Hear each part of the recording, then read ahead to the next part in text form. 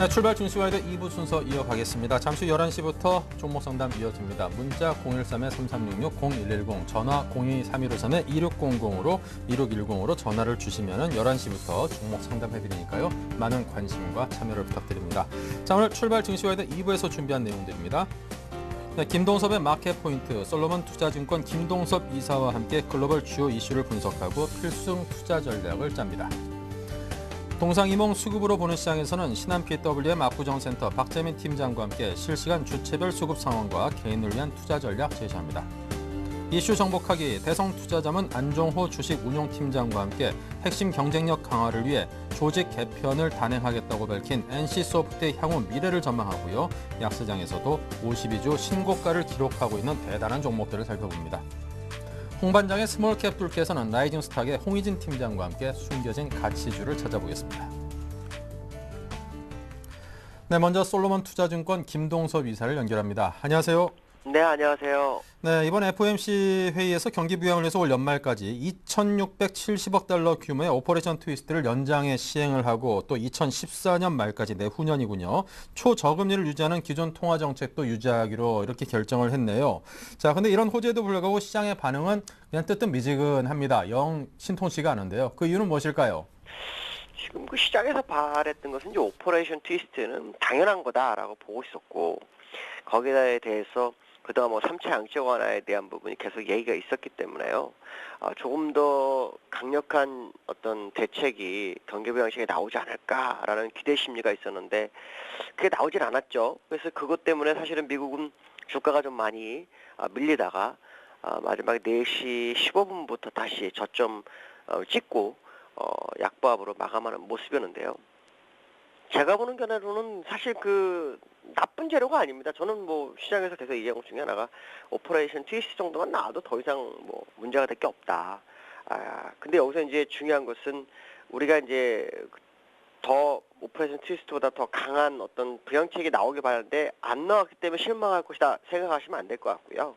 그 이후에 나왔던 내용을 잘 봐야 되는데 그 내용 중에 하나가 뭐냐면 벤버레키 의장이 제시한 것 중에 하나가 한 달 안에 약 한 달 정도 얘기한 것 같습니다. 한 달 정도 안에 고용이 안 좋으면 3차 양적 완화를 할 수 있다라는 코멘트를 했습니다. 여기서 우리가 중요해 봐야 될 것은 과거에는 우리는 항상 준비가 돼 있다라는 얘기를 했지만 이렇게 시간을 못을 박아주진 않았었다라는 거죠. 그 얘기는 지금 고용에 대해서 불만이 많은 거죠. 실제로 양적 완화를 세 번째 진행하는 거나 똑같은 상황인데도 불구하고 지금 고용이 8.2% 정도밖에 안 됩니다. 그러면은 실제로는 한 6%대까지 가 있어야 정상인데 그러지 못하기 때문에 고용에 대한 그 불확실성을 제거하고자 하는 마음이 있는 거죠. 결국 마지막에 멘트한 것은 3차 양적 완화를 하고는 싶은데 한 번 더 명분을 확인하자 뭐 이런 분위기인 것 같습니다. 그래서 그것으로 인해서 오히려 기대 심리가 향후 주가에 나타나지 않겠나. 오히려 딱 시행하는 것보다는 기대 심리를 자극해서 주가를 끌어올리는 게 바로 하겠다 하는 것보다는 더 많이 올라가는 경우가 많습니다. 그러니까 오히려 지금 제가 봤을 때는 나쁘다기보다는 오히려 기대 심리를 심어줬기 때문에 향후 주가 방향성은 오히려 상승 쪽으로 더 무게가 실리지 않겠나 이렇게 생각하고 있습니다. 네, 자 이번 달 말까지 예정되었던 글로벌 이벤트들이 이제 어느 정도 진행이 됐는데요. 자 향후 또 주목해야 될 이벤트가 있다면 어떤 것인지 그 이슈를 함께 짚어주십시오. 지금 그 중요 이벤트가 이제 두 개가 지나갔죠. 그리스의 시리자당이 급진좌파 연합이 만약에 정권을 잡게 되면 그리스는 이제 뭐 탈퇴가 될 거다 뭐 이런 분위기였는데 그것도 뭐 무사히 넘어갔죠. 그것도 사실 예측을 해드렸었고 그다음에 이제 FOMC 회의가 이제 19일, 20일 있었는데 이것도 잘 넘어갔죠. 또 G20 정상회담도 잘 넘어갔습니다. 이제 남은 건 두 개가 남았는데요. 이게 이제 핵심입니다. 사실은 FOMC도 뉘앙스 남겨놓은 게 더 잘 된 거고요. G20에서도 뭐 어느 정도 얘기가 뭐 많은 내용은 나오지 못합니다. 원래 대통령들이라든가 총리들이 모여서 할 얘기가 없습니다. 항상 뭐 원론적인 얘기를 하게 되고 그건 이제 세부적으로 들어가는 상황이다 보면은 사실 G20도 그렇게 나쁜 것만은 아니다라고 판단하고 있습니다. 근데 이제가 정말 중요하죠. 사실은 그리스 다음으로 가장 큰 이벤트가 바로 이제 다가오는 건데 그게 뭐냐면 프랑스, 독일, 그 다음에 이탈리아, 스페인의 재무장관들이 모여서 회의를 합니다. 이 사람들이 모이는 이유는 유로존 17개국 중에서 1, 2, 3, 4등, 그러니까 경제적으로 1, 2, 3, 4등입니다. 독일이 1위, 프랑스 2위, 그 다음에 이탈리아가 3위, 스페인이 4위죠. 그러니까 이들이 없으면 어차피 유로존은 없는 거나 똑같습니다. 그러니까 이들이 모인다는 얘기죠. 근데 그 중에서 재밌는 건 뭐냐면 스페인이 지금 7%대 10년물 국채 수익률이 있고 이탈리아도 지금 6%대 넘어서는 모습이 보이고 있고요. 프랑스는 또 사회당이 되면서 계속해서 성장을 추구하고 22억 칼로리에 대해 얘기하고 우리는 지금 긴축은 하대 긴축을 약간 느슨하게 하면서 성장을 더 해야 된다고 막 주장을 해서 대통령이 되신 분이죠. 그러면 남은 거는 독일 하나밖에 없는 겁니다. 그러니까 사자가 만나서 독일을 압박하러 만나는 거죠. 그러고 난 28일날 정세회담이 있습니다. 그러니까 결국 올란드 대통령이 그걸 주장해서 대통령이 되고 집권 여당이 됐다면 거기에 마리오 몬티라든가 라오이 총리, 스페인 라오이 총리 이들이 지금 계속해서 푸시해주는 상황이라는 거죠. 그러니까 그게 22일입니다. 22일이고 28일이고 여기서 최소한의 이탈리아 마리오 몬티 총리가 제시했던 EFSF라든가 ESM을 통해서 국채, 해운국 국채를 사주든가 아니면 한 발 더 나가서 ECB 중앙은행의 어떤 역할론이 부각되면서 물가 안정만을 지금 하게끔 돼 있는데 그게 아니라 정말 국채를 무제한으로 사주게 해준다든가 은행 동맹을 이루게 한다든가 아니면 최소한 은행 동맹에 대한 초안을 만들어낸다든가 재정 통합을 위해서 만들어야 된다. 이 정도만 나오면 더 이상 바랄 게 없고요. 뭐 시장에서는 더 뭐 뉴스를 더 크게 해갖고 유로 본드를 만들어내는데 유로 본드가 이거는 사실 그게 쉬운 문제가 아닙니다. 유로 본드보다는 지금 제가 제시했던 것들 요것들에 대한 내용이 합의가 이루어지는지를 좀 보셔야 될 것 같고 그게 이제 사실은 정말 제가 예상했던 버블장 아주 큰 장 이때까지 유동성을 풀어주던 큰 장으로 가기 위한 마지막 전제 조건을 만들어가는 그 자리가 될 것이다. 그렇다면 지금 이 기대 심리가 아직도 시장에 살아남아 있고 실제로 스페인이 문제가 되면 유로존은 붕괴입니다. 유로존은 보나마나 볼 것도 없는 겁니다. 그냥 붕괴이기 때문에 스페인을 막기 위해서라도 뭔가를 할 거다라는 것이 제가 보는 견해라면 이번에 그 행사들이 그렇게 많았던 이벤트가 많았었지만 그중에 가장 핵심은 바로 재무장관하고 정상회담일 것이다. 거기서 이 두 가지가 나오는지를 보시면 될 것 같고 만약 거기서 독일 메르켈 총리나 이런 독일 쪽에서 완전히 반대해서 시장에 문제가 된다면 시장은 거의 붕괴될 수도 있습니다. 물론 그때는 또 미국 지수가 어디까지 무너지는지를 확인하면서 매매를 하겠지만 어쨌든 아주 중요한 기회에 섰다. 아무리 그리스보다 최소 10배의 파괴력을 갖고 있는 스페인 이것을 어떻게 막아내는지 이거를 우리는 꼭 확인하셔야 될 것 같습니다. 네. 듣다 보니까 겁이 조금 나네요. 예. 자, 코스피 지수가 미국 추가 양적 완화 기대감에 실망감으로 바뀌면서 현재 하락세로 장이 흘러가고 있습니다. 8포인트 정도. 생각보다는 많이 빠지진 않았습니다. 자, 오늘 장 투자 전략 어떻게 세워볼까요? 감사하죠. 내려오면 받아야죠. 볼 것도 없는 거고요. 어차피 지금 수급은 다 바뀌었고요. 제가 항상 얘기하는 것 중에 하나가 대마불사라고 그럽니다. 대마불사라는 얘기는 뭐 스페인 망하면 시장은 어차피 초토화인데 여기서 스페인이 그리스보다도 아주 큰데 쉽지가 않을 거라고 보는 거죠. 결국은 살릴 거다. 그렇다면 눌러주는 거는 기회일 것이다 라고 보시면 될 것 같고요. 사실 그 연봉으로도 일목균형표상으로 보시면 올해와 내년 사이에 고점이 출현하게 돼 있습니다. 아주 큰 고점이 출현한다는 그런 모습이 나오고 차라리 최저점이나 최고점이 나와야 되는 그런 상황이거든요. 그렇다면 지금 제가 보는 기술적으로는 올해가 상당히 괜찮다라고 보고 있습니다. 그렇다면 저점시 누를 때마다 물량을 받겠다라는 전략 구사하셔야 될 것 같고 거기서 이제 우리가 종목을 확실히 모르겠다 그러면은 일단 시장 전체를 사라 말씀드렸어요. 코덱스 레버리지 같은 거를 사서 대응하는 방법. 아니면 지금 시장의 그 매기가 화학주로 많이 몰려와 있습니다. 그러니까 화학주 쪽에서 한번 시장을 대응해보는 방법. 그 다음에 이제 전기전자에서 뭐 전자 업종인 삼성전자를 제외한 다른 전기전자 업종에 관심을 좀 갖는 방법. 이런 정도가 지금 현재 나올 수 있는 거고요. 삼성전자를 왜 제외시켰나 궁금하시겠지만 과거 2017년도에 대세상승 때 삼성전자는 40만 원대까지 밀렸었습니다. 그때 차화정이 뛰고 조선주 뛰고 그랬었거든요. 그러니까 지금도 역시 그러한 현상이 나타날 확률이 굉장히 크죠.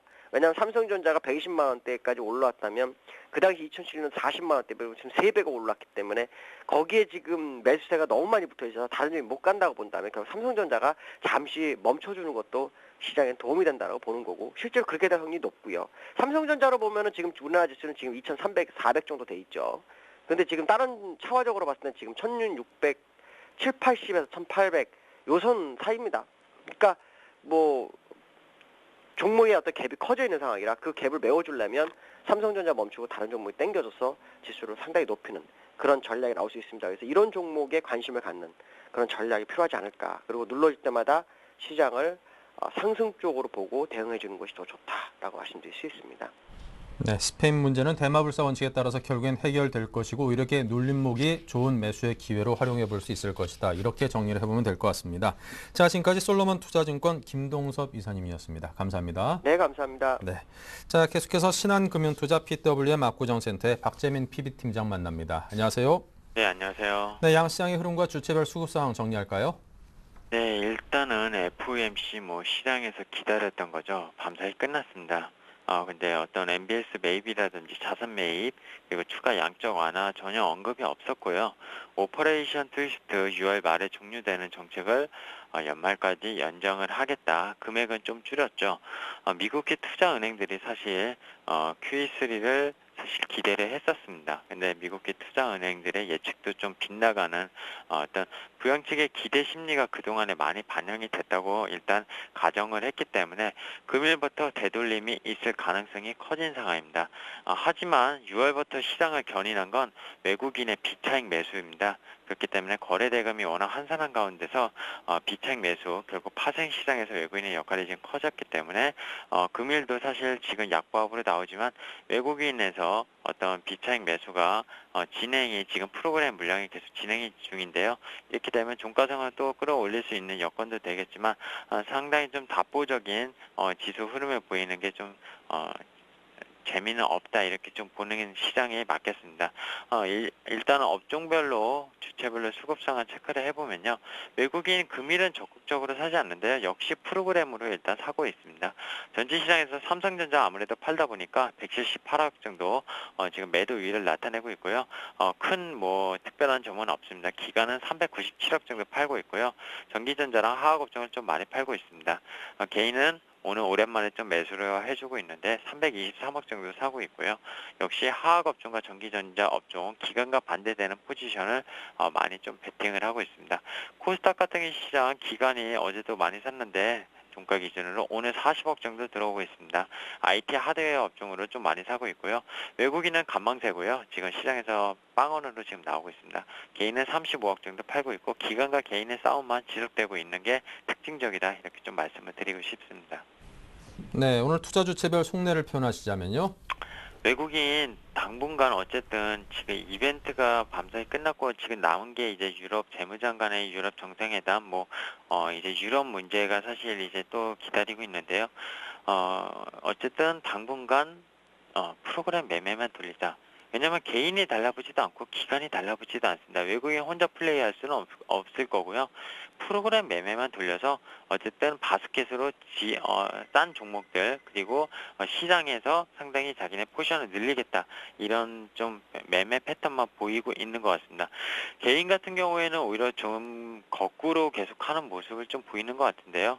오늘 이벤트가 끝나면서 지금 사는 모습을 보이고 있는데 불확실성의 제거가 다 이제 된 것 같은데 사볼까 이런 기대 심리도 있는 것 같은데 오히려 좀 실망 매물이 쏟아질 수 있는 그런 경계감을 세워야 되는 게 아닌가 일단 생각은 하고 있고요. 기관 같은 경우 기대감이 사라진다면 그리고 MSCI 선진지수 편입도 네 번째로 불발이 일어났죠. 그런 영향으로 외국인 매수세가 좀 많이 들어올 걸로 생각이 안 되니까 역시 매도 우위를 좀 나타내는 것 같습니다. 네, 자 오늘장 개인을 위한 투자 전략을 제시해 주시기 바랍니다. 네, 최근에 일단 잠깐 팩트들만 사실들만 좀 정리를 해드리면요. 아까 말씀드린 FOMC 양적 완화 이제 기대감 그런 상승을 했었던 건데 그 기대감이 없으면서 뉴유권이 보합 마감을 했죠. 사실 저 같은 경우도 MBS 매입 어떤 자산 매입 같은 게 일어나면 좀 시장의 촉매제가 더 될 수 있을 거라 생각이 됐는데 그런 언급이 전혀 없었다는 거. 다만 버냉키가 고용 시장이 더 추가로 악화된다면은 추가 대책을 마련하겠다. 아마 올해 그 실업률을 8%대 정도 계속 예상하는 걸로 어제 말을 했었는데요. 만약에 9%대, 만약에 예전처럼 9%대 이상 아니면 10%대 두 자릿수로 가면은 그때 가서 QE3를 쓰지 않을까 일단 생각을 하고 있고요. 개인적으로 유럽에서 있었던 일 좀 소식이 잘 전달이 안 되고 있는 것 같은데 시장 특허에 ESM이라는 그런 이제 정부 자금 기구 유로존 그거를 스페인 은행 자본 1,000억 유로를 지원을 할 건데 이게 문제가 됐던 게 스페인 국채가 올라갔던 게 ESM으로 지원하면 IMF 기금 다음으로 선순위를 줘서 우선 변제권을 줘서 민간 채권단이 후순위로 밀리는 그래서 민간 채권자들이 채권을 던질 것이다. 그러면서 이제 스페인 금리가 7%대 이상으로 올라갔던 건데 이거에 대해서 선순위 문제 우선 변제권을 부여하지 않겠다. 프랑스 대통령과 올랑드 대통령과 이탈리아에서 얘기가 있었다고 나오면서 스페인 국채금리가 하향될 가능성이 커졌다는 소식에 유럽장이 상승한 거고 FOMC 기대감은 사실 유럽장에 반영이 안 된 거죠. 이런 내용들이 있는데요. 사실 어떻게 될 든지는 다음 주 또 유럽 재무장관 회의 28일, 29일이 있는데 그때 가서 논의를 하겠다고 합니다. 뭐 어떻게 될지는 솔직히 예측이 미지수고요. 국내 증시 외국인 비차익 매수만 말씀을 드리면 될 것 같습니다. 베이시스가 계속 슈퍼 컨텐커입니다. 뭐 슈퍼 컨텐커라는 건 이론 베이시스가 지금 1.7인데요. 시장 베이시스는 선물과 현물의 차이가 2.34를 계속 유지하고 있습니다. 이렇게 되니까 프로그램 물량이 들어오는 건데 좀 아이러니한 거는 프로그램 아무래도 차익 거래에서 매수가 들어와야 되는데 비차익 거래 쪽에서 상당히 외국인이 매수를 많이 한다는 겁니다. 어제 종가 때도 비차익에서 외국인이 1,000억이 들어왔습니다. 그러니까 지금 시장에서 거래소에서 외국인이 매수하는 거는요. 프로그램 물량이라고 보시면 되고요. 원달러 환율이 안정화가 돼가고 있고 비차익 매수를 한다는 건 선물과 상관없는 코스피 시가총액 높은 것들을 바스켓으로 담고 있다는 건데 이거에 대한 거는 시장에 대한 상승을 일단 본다는 겁니다. 그렇기 때문에 지금 하방 경직석이 나타난다고 계속 말씀을 드리고 조정시마다 분할 매수 이렇게 좀 하시라고 말씀을 제가 이번 주부터 좀 드린 건데요. 사실 근데 이게 또 악재가 될 수 있는 여건들 하나는 더 말씀드리겠습니다. 5월 달에 지수가 급락했을 때 프로그램 비차익 쪽에서 2조 4천억 정도가 외국인 물량이 나오면서 지수를 급락시켰습니다. 지금은 그 비차익 물량이 매도가 많이 나와서 많이 비어진 상태니까 외국인이 어쨌든 이 물량을 많이 채워놓고 있는 거고요. 만약에 정말 상승하기 위해서 이 물량을 채우고 있다면은 결국엔 차익 쪽에서 매수가 많이 들어올 겁니다. 그렇기 때문에 선물이 매수가 들어와야 되고요.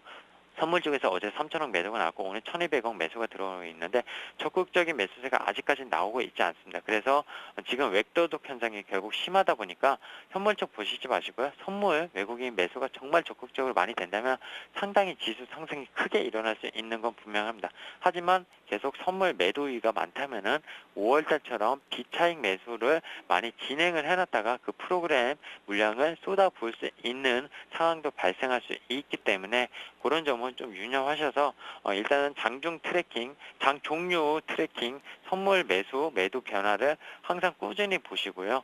이거에 대해서 적극적으로 좀 매매 패턴, 지금은 트레이딩 하셔야 됩니다. 지금은 어떤 종목도 끌고 가시는 것보다 트레이딩 하셔야 되고요. 선물 매수 적극적으로 많이 들어오는 날 조금 매수 적극적으로 하시면은 좀 오래 끌고 가도 되지 않을까 이렇게 좀 생각을 하고 있습니다. 네, 자, 지금까지 박재민 PB팀장의 도움말이었습니다. 감사합니다. 네, 감사합니다.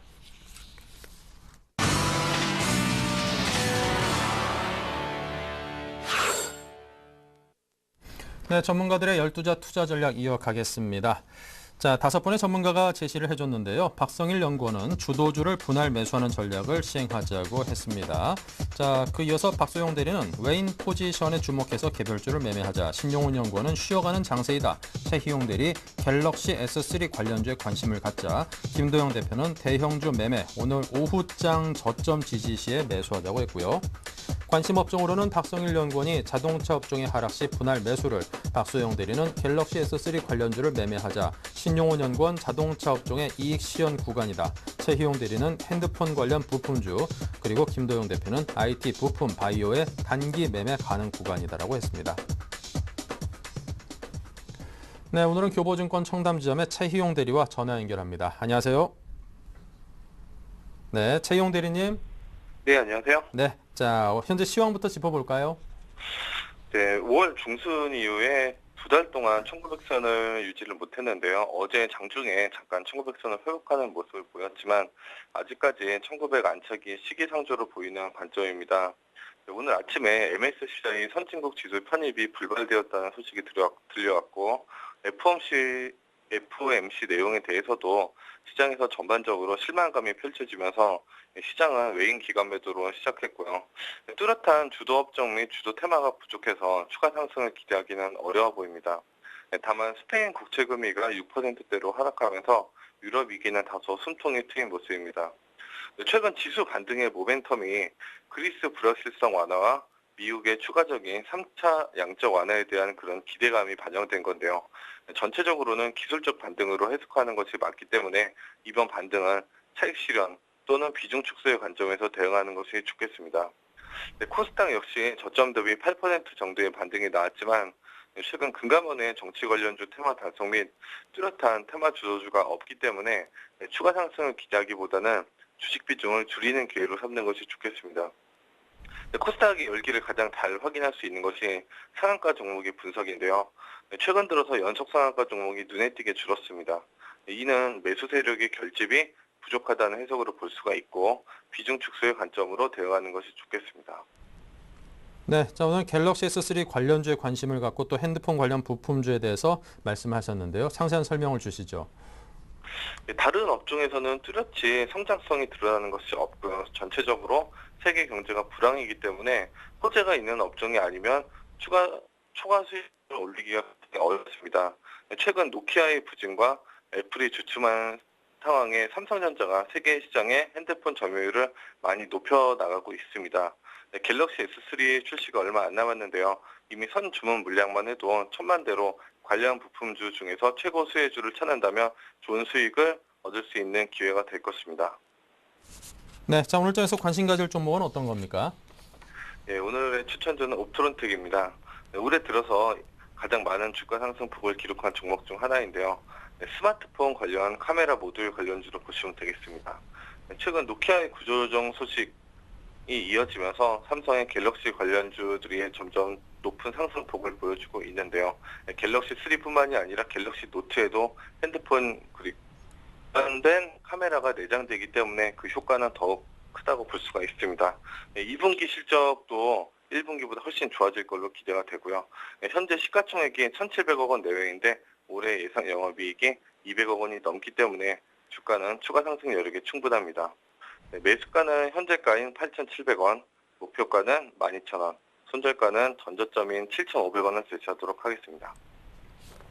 네, 자 지금까지 교보증권 청담지점의 최희용 대리였습니다. 감사합니다. 감사합니다. 네, 자 계속해서 이슈 정복하기 박미라 아나운서입니다. 안녕하세요. 이슈 정복하기 박미라입니다. 오늘의 주요 이슈들 함께 정리해 보겠습니다. 대규모 정전사태 대비 훈련이 오늘 오후 전국적으로 실시됩니다. 훈련은 오후 1시 30분부터 30분간 유관기관 상황 전파와 공동대응 태세를 점검하는 것으로 시작됩니다. NC소프트가 핵심 개발 부서의 역량을 집중하기 위해 조직 통폐합을 단행한다고 밝혔습니다. 전체 인원의 30%로 약 800명이 구조 조정될 것으로 보입니다. 정부가 ETF의 증권 거래세를 부과하는 방안을 다시 추진합니다. 지난 2009년 정부 법안으로 발의했다가 폐기됐는데요. ETF 과세 방침이 확고한 만큼 이번 세제 개편안을 포함해 19대 국회에 재상정할 방침입니다. 최근 화장품, 빙과류 등 불경기에 강한 소비재들이 실적 모멘텀과 중국 내수 성장 수혜까지 더해지면서 강세를 보이고 있습니다. 향후 전망도 밝은데요. 앞으로 흐름 살펴보겠습니다.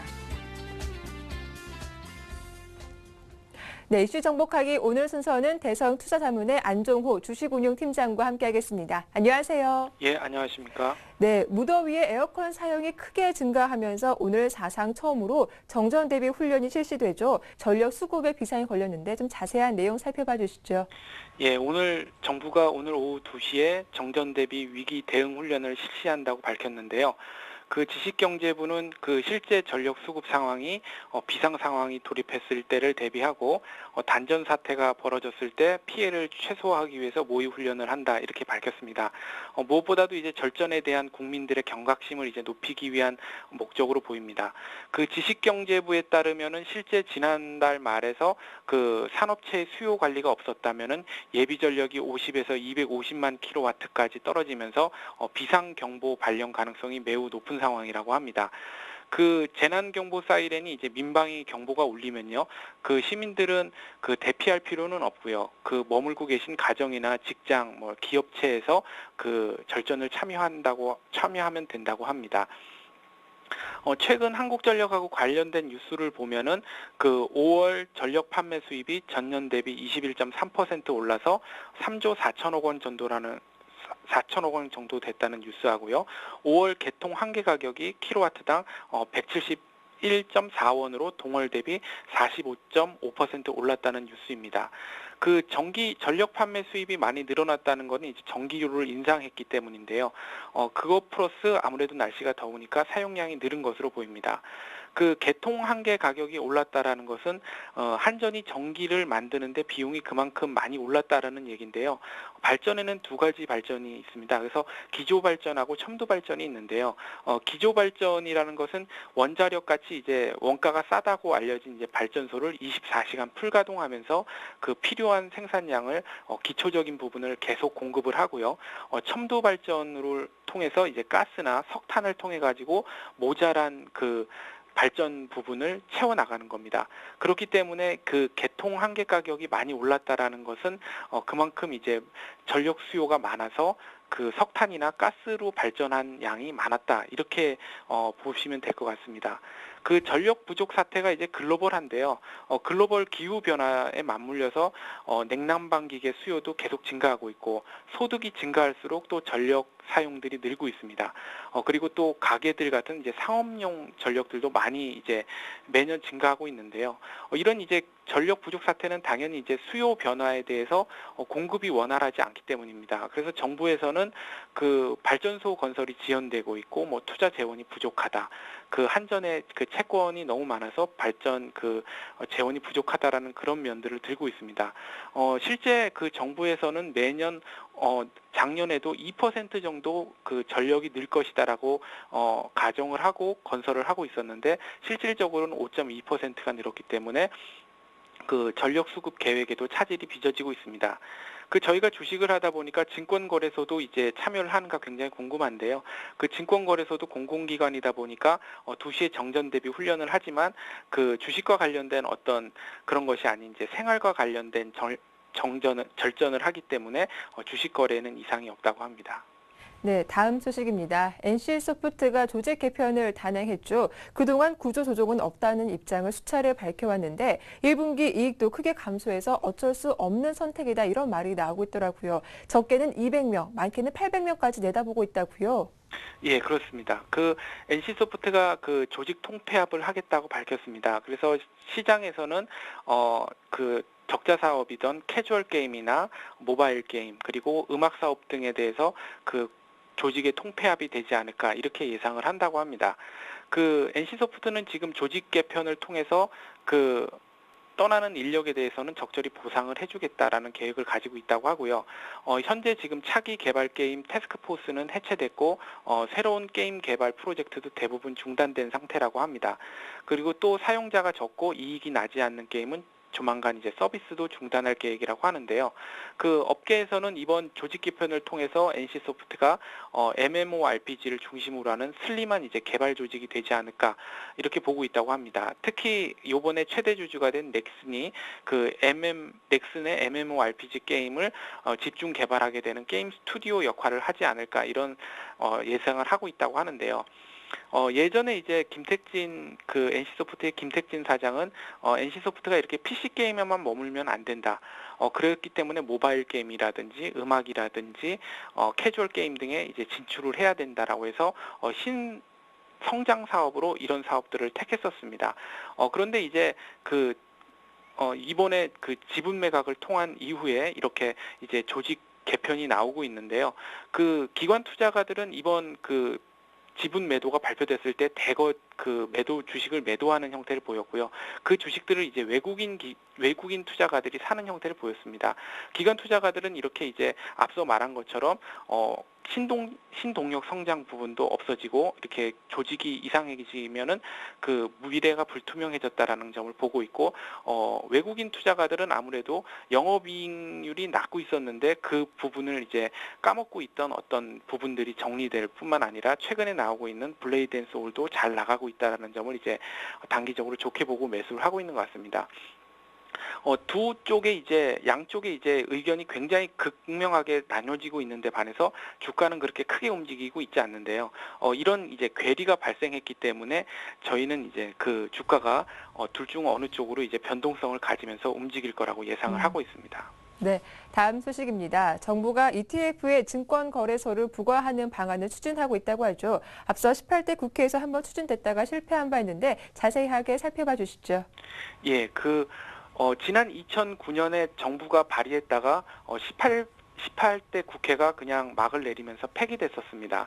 그 ETF 과세 방안을 그래서 이번 19대 국회에 재상정하겠다 이런 방침인데요. 지식재정부가 법제처에 제출한 이제 입법 계획에 따르면은 ETF의 증권 거래세를 매기는 내용의 증권거래법 개정안을 9월 28일까지 국회에 제출하겠다고 합니다. 그래서 내년 1월 1일에 시행되는 것을 목표로 하고 있다고 하는데요. 지난 2009년에 증권거래세 과세 대상에 ETF를 포함하는 내용의 이제 개정안을 제출한 적이 있는데 그때 당시 파생 상품 거래는 2015년부터 0.001% 세율, 그리고 ETF에는 2012년부터 0.1%를 부과하겠다고 했습니다. 하지만 그때 당시 이제 파생 상품 거래세에 대해서 증권업계가 강력하게 반발을 하면서 본회의에 오르지는 못하면서 이제 18회 국회가 마감됐는데요. 이번에도 이제 업계 반발은 피할 수 없을 것 같습니다. 업계에서는 중복과세 문제 삼고 있는데요. ETF 펀드이기 때문에 ETF에 편입된 주식을 사고 팔 때 세금을 내는데 또 ETF를 사고 팔 때 또 세금을 낸다는 것은 이제 세금이 중복된다라는 것을 문제 삼고 있습니다. 최근에 이제 재경부의 움직임을 보면 파생 상품 거래세도 이제 추진하고 있습니다. 그래서 시행 초기 3년에는 없지만 그 위에는 이제 0.1%의 세금을 매긴다라는 건데요. 아무래도 선물 거래나 ETF 같은 경우에는 세금이 없었기 때문에 여러 가지 이제 단기적인 매매 전략을 시행할 수 있는 어떤 장점이 있었는데요. 세금을 매기게 되면 이제 초단기적으로 짧게 치고 빠지는 어떤 전략은 힘들어 보이기 때문에 거래가 줄면서 아무래도 그 파생 상품 쪽으로는 유동성이 줄어들 것으로 보입니다. 네, 마지막 소식입니다. 약시장 속에서도 52주 신고가를 쓴 종목들이 나오고 있습니다. 바로 화장품과 빈과류 등 소비재 관련 업종인데요. 이들 주가 흐름 좀 짧게 정리 부탁드리겠습니다. 예, 약세장에서도 52주 신고가를 계속 나는 종목들이 있는데요. 네. 화장품, 빈과류, 소비재들이라고 합니다. 그래서 중국 내수 성장 수혜까지 더해지면서 코스맥스나 동성제약, 아모레 G 같은 회사들이 이제 오르고 있다고 하는데요. 아모레 G는 아무래도 자회사들이 실적이 굉장히 좋아지면서 글로벌 화장품 업체 수준으로 이제 가격이 올라야 되는 거 아니냐는 재평가를 기대하고 있다고 합니다. 그 외에도 이제 무더위가 일찍 찾아오면서 롯데삼강이나 빙그레 같은 업체들이 사상 최고가를 경신하고 있다고 하고요. IT 분야에서는 이제 자화전자 같은 이제 휴대폰 카메라 화소가 높아지는 그 추세에 따른 수혜가 예상이 되면서 52주 신고가를 갱신했다고 합니다. 최근에 이런 종목들은 이제 정치인 테마처럼 수급에 따라서 오른 것이 아니라 시장에서 약간 소외돼 있다가 대형주들이 유로존 위기로 수익 내기가 만만치 않아지면서 투자자들이 시선이 자연히 이제 니치 마켓에서 좋은 실적을 올리고 있는 중소형주로 몰린 것이기 때문에 거품이라기보다는 이제 시장의 한 추세로 이어지지 않을까 싶습니다. 네, 오늘 말씀 잘 들었습니다. 고맙습니다. 예, 감사합니다. 네, 이슈 정복하기 저는 내일 다시 인사드리겠습니다.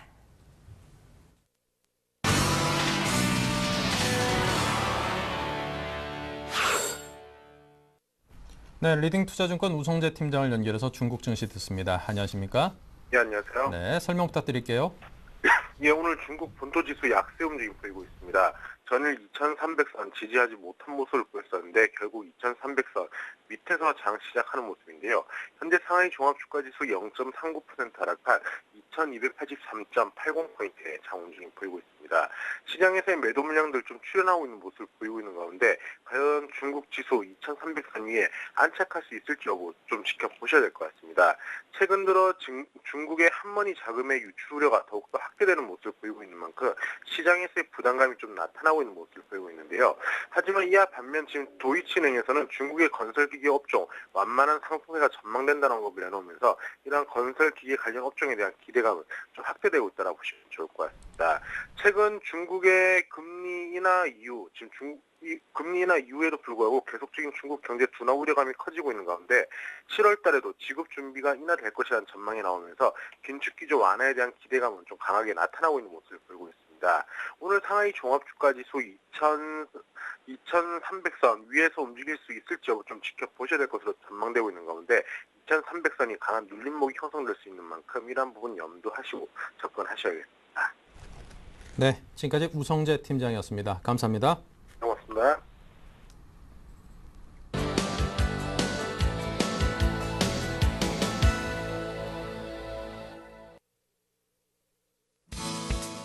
네, 반갑습니다. 목요일 홍반장 스몰캣 듣기 시간의 홍우진입니다. 오늘도 역시 지난주와 마찬가지로 지금 시장 상황 간단하게 좀 언급 드릴 거고요.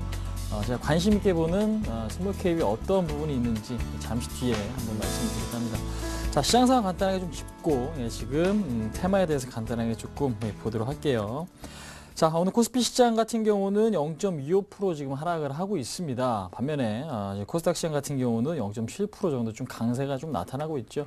아무래도 지금 저점을 찍고 나서 상대적으로 코스닥 시장이 훨씬 더 좀 강세가 좀 나타나고 있습니다. 아무래도 코스피 시장 같은 경우에는 상승에 대한 모멘텀이 상당히 좀 부족한 게 좀 사실이죠. 근데 이제 시장이 어느 정도 좀 안정이 됐기 때문에 그 부분에 대해서 그동안에 많이 오르지 못했고 우려감이 있었던 종목들 위주로 상승 탄력이 상당히 좀 크게 나온다는 거 확인하실 수가 있기 때문에 현재로서는 뭐 단기적인 매매는 이제 대형주보다는요 중소형주에 대한 지금 매매가 좀 더 바람직한 그런 시장이 아닌가 좀 말씀드릴 수 있을 것 같은데, 자, 코스닥 시장 같은 경우는 외국인 24억 정도 순매수 보여주고 있고 그다음 기관 같은 경우는 63억 정도 매수를 보여주고 있습니다. 그러니까 지금 과거의 특성, 그러니까 지금 과거 시장의 흐름을 읽어봤을 때 기관의 매수가 들어오는 코스닥 시장은 약한 적이 없었죠. 그런 측면에서 봤을 때 오늘도 역시 마찬가지로 기관의 매수가 증대될 수 있다면, 그러니까 기관의 매수가 점진적으로 좀 늘어날 수 있다라면은 코스닥 시장의 상승은 추가적으로 좀 나올 수 있다라는 거 한번 말씀드려보도록 하겠습니다. 근데 이제 가장 중요한 것은요, 일단 코스닥 시장이 살기 위해서는 코스피 시장이 무엇보다 좀 안정이 돼야 되기 때문에 코스피 시장도 좀 같이 지금 연동해서 좀 보시는 게 좋겠다 말씀드려보도록 하겠고, 자, 코스닥 시장 시가총액 상위 종목들 간단하게 좀 말씀드려보도록 할게요. 세트리온 같은 경우는 뭐 강보합세 흐름이 강하진 않습니다. 근데 이제 CJ 옵쇼핑 그동안의 흐름이 상당히 좀 부진했었는데 최근에는 아무래도 낙폭 과대에 따른 지금 저가 매수가 좀 들어오고 있죠. 지금 오늘 같은 경우는 한 3%대 강세가 나타나주고 있고, 그다음 서울 반도체 일단은 3일 연속 좀 초강세가 좀 나오고 있습니다. 아무래도 기관의 매수에 상당히 좀 강하게 유입되고 있다고 보시면 될 것 같고, 네오이지 게임즈 같은 경우는 기술적인 좀 반등이 좀 나타나고 있으면 3%대 주가가 좀 반등이 나오고 있는데 그동안에 많이 빠진 뭐 저가 매수가 유입되고 있긴 하지만은 크로스파이어에 대한 재계약 얘기가 나오지 않는다면 일단은 우려감은 상당히 좀 클 수밖에 없기 때문에 이 종목도 상당히 조금 주의해서 좀 보시자라는 부분 좀 말씀드려보도록 하겠습니다. 그다음 뭐 게임빌이나 애쉬소프트, 컴투스 같은 그다음 종목들 게임 관련주겠죠. 그동안 상당히 좀 강했던 게임 관련주들은 일단 뭐 소폭 강세를 보이는 종목, 뭐 게임비 같은 경우는 약보합세에 지금 머물러 있는데 일단 흐름 자체는 좀 나쁘지 않기 때문에 일단 긍정적인 관점은 여전히 좀 유효하다라는 거 좀 말씀을 드려보도록 하겠습니다. 자, 그다음에 상승 테마에 대해서 간단하게 좀 말씀드리면요, 오늘 아무래도 가장 주목을 받고 있는 업종 자체는 그거죠. 지금 보시면은 IT인 것 같아요. IT가 엄청나게 좀 급등이 나와주고 있습니다. 특히 인터플렉스 FPCB 대표주인데 오늘 같은 경우도 어제 8% 오르고 오늘 5% 올랐습니다. 제가 그동안에 계속해서 좀 말씀드렸던 부분이 있었죠. 갤럭시 S3가 출시되면 기대감이 작용될 수밖에 없다라는 부분. 뭐 인터플렉스나 코리아 서키트, 근데 이녹스 이런 종목들이 좀 말씀을 드렸는데 오늘 그러한 부분이 좀 빛을 보기 시작한 것 같아요. 그러니까 지금 인터플렉스 같은 경우도 거래가 실리면서 주가가 계속해서 올라가고 있는데 기관의 매수가 좀 유입이 되고 있다는 거 확인하실 수가 있을 것 같습니다. 그래서 지금 아무래도 갤럭시 S3에 대한 기대감이 상당히 좀 크고 실질적으로 여기서 매출 증가가 있다. 그러니까 지금 판매가 많이 된다라면은 한 차례 더 업그레이드 될 가능성이 높기 때문에 일단은 많이 오른 감이 있긴 하지만 단기적으로 많이 오른 감이 있긴 하지만 추가적으로 강세를 보일 수밖에 없다라는 거 좀 말씀을 드릴 수가 있을 것 같습니다.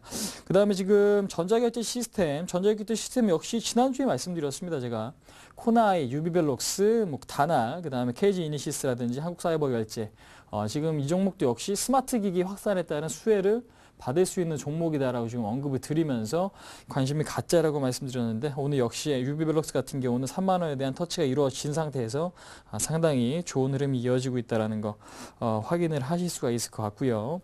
그 다음에 지금 일단 또 강한 업종을 하나 말씀드리면은 최근에 한류 열풍이 뭐 지속됨에 따라서 수혜를 받는 업종이겠죠. 엔터 관련주입니다. 지금 SM이나 YG 엔터테인먼트, 로엔. 오늘 같은 경우는 로엔이 상당히 좀 특징적이죠. 지금 SM 같은 경우는 모든 이평선을 돌파한 다음에 지금 일단은 차익 매물을 좀 소화하는 과정에 머물러 있지만은 로엔 같은 경우는 이제 상승이 좀 시작이 된 그런 종목입니다. 그렇기 때문에 로엔 같은 경우는 아무래도 SM이나 YG와 흐름과 좀 같이 한다면 일단 추가적인 상승은 조금 더 나올 수 있다. 그러니까 지금 최근에 시장의 트렌드를 읽어보시면요. 많이 올랐다. 그러니까 저항대에 부딪혔다고 종목이 떨어지는 게 아니라 일단은 지금 순환매가 계속해서 일어나고 있죠. 테마 같은 경우도 그런 부분이 일어나고 있는데 매수세가 유입되면 한 곳에 집중되는 거 확인하실 수가 있습니다. 그래서 일단은 이런 매수세가 계속해서 유지가 된다라면은 그 종목은 업종이나 종목은 상승을 좀 지속할 수밖에 없다라는 거 좀 반드시 기억을 하시면서 단기 매매하시는 분들이 이 부분에 좀 포커스를 맞춰서 대응을 해보자라는 부분 좀 말씀드려보도록 하겠습니다.